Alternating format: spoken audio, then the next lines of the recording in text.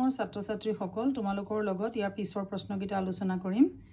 class 9 ৰ elective জিঅ'গ্ৰাফিৰ chapter 1 সঘনে বৰষুণ হোৱা অঞ্চলৰ নাম লিখা অৰণ্য অঞ্চল ইয়াৰ পিছত বতৰ আৰু জলবায়ুৰ প্ৰধান উপাদানবোৰ কি কি উত্তাপ চাপ আৰ্দ্ৰতা বতাহৰ অধক্ষেপ বতৰ আৰু জলবায়ু নিৰ্ধাৰণকাৰী কাৰক কাক বোলে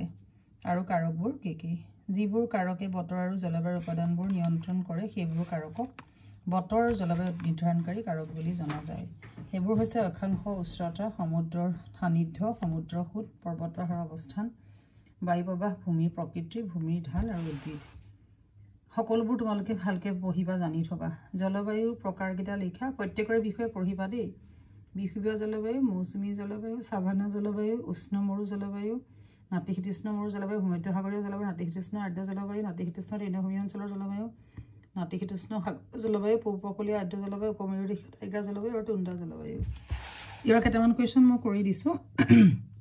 সাভানা জলবায়ু কি বুলি কোৱা হয় সুদান আৰু এই জলবায়ু ক'ত আছে সুদানত মধ্যভাৰত আফ্ৰিকাৰ উত্তৰ পূব দক্ষিণ ভাগ আৰ্জেণ্টিনা ভেনিজুৱেলা বিস্তৃত ঘাঁহনি অঞ্চলবোৰ ক'ত আৰু কি বুলি কোৱা হয় আফ্ৰিকাৰ সাভানা ব্ৰাজিলৰ কেম্পাছ আৰু ঘাঁহনি অঞ্চলৰ প্ৰধান জীৱিকা পশুপালন ঘাঁহনি অঞ্চলৰ নামবিলাক কানাডা আৰু আমেৰিকা যুক্তৰাষ্ট্ৰত প্ৰেৰী বুলি কয় ৰাছিয়াৰ ষ্টেপছ বুলি কয় অষ্ট্ৰেলিয়াৰ ডাউন্স বুলি কয় দক্ষিণ আফ্ৰিকাৰ ভেল্ভ বুলি কয়